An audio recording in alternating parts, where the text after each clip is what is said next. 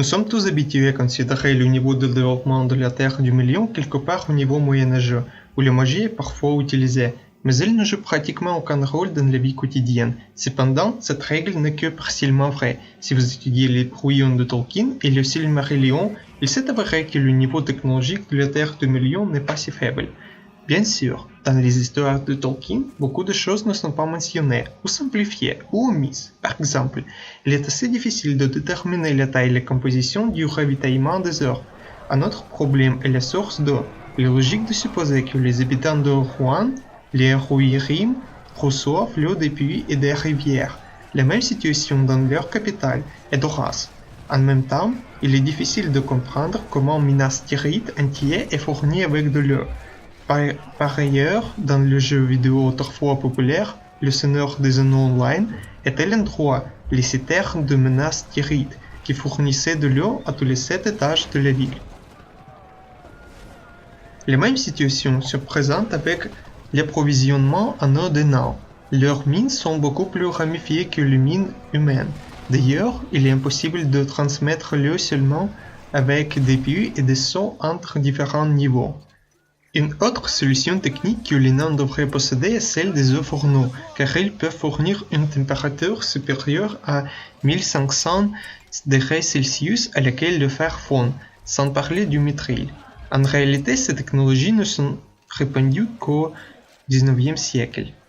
Un autre point litigieux est l'utilisation de la poudre noire. Dans la trilogie, nous voyons au tout début comment Gandalf a apporté des feux artifices à la comté.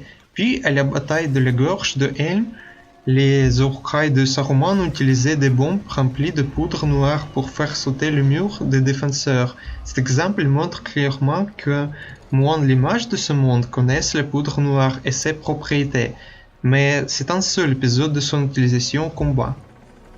Les descriptions de Calebet ou les chutes de Númenor ainsi que les brouillons de Tolkien tels que La Route perdue et autres textes publiés par son fils Christopher, dans lesquels, parmi les technologies núménoriennes, en particulier après que Sauron est devenu un conseiller du roi, vous pouvez trouver des descriptions d'armes semblables à une arme à feu, qui selon la description produit un bruit ressemblant au tonnerre et tire de longue distance.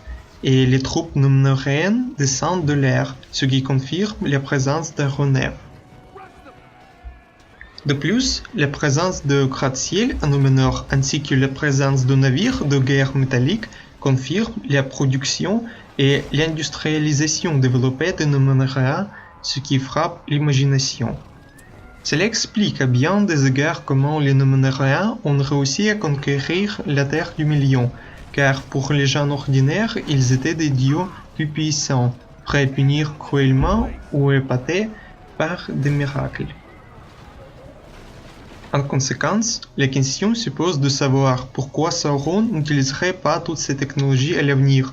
Une troupe armée de canons pourrait détruire la cavalerie ou presque toute la fortification, à l'exception des murs de Minas Tirith et de la tour d'Orthanc en Isengard, construits par les Númenoriens d'une pierre intégrale et physiquement indestructible.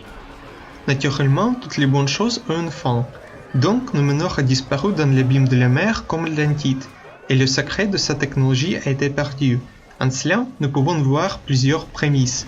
La première, la technologie n'évolue généralement pas au cours du temps, et elle est progressivement oubliée, comme dans l'âge d'or dans la mythologie grecque. Et pour la seconde, nous devons nous rappeler comment Tolkien a traité l'industrialisation, principalement comme un anéantissement de la nature sur l'exemple de l'Isengard et du Mordor, dont il ne restait plus que des terres carbonisées. Cela est parfaitement clair dans la patrie des Hobbits. Malgré le niveau suffisant du développement de la comté, après son occupation par les marionnettes de Saruman, le vieux moulin à eux a été détruit et à sa place un nouveau moulin est apparu, beaucoup plus grand que le précédent qui bloquait complètement les rivières pour presser au maximum toutes ses puissances, à peu près comme les centrales hydroélectriques modernes. Les résultats de l'industrialisation ultérieure de la comté sont visibles dans les visions de Frodo, qu'il voit dans le miroir de Galadriel. La comté est transformée en cendres entourées d'usines et des hobbits asservis. En outre, beaucoup de gens remarquent que les technologies de la Terre du Milieu ne se développent pas. Par exemple, si vous prenez la trilogie, ce sera une sorte d'armure et d'armes qui ne changent pas avec le temps. Il faut considérer que la bataille de la dernière alliance des elfes et des hommes, il y a 3000 ans avant les événements du Seigneur des Anneaux, s'est produite à l'époque de l'apogée de la puissance de ces races. Et au moment de la saga, Arnor a été détruit, Gondor était en ruine, Rohan et la steppe des nomades, les elfes quittent ce continent et les royaumes des nains ont été dévastés et abandonnés. Il convient également de préciser que le Hobbit utilise beaucoup d'anachronismes, car au début cette histoire était conçue comme un conte de fées pour les enfants adapté au XXe siècle.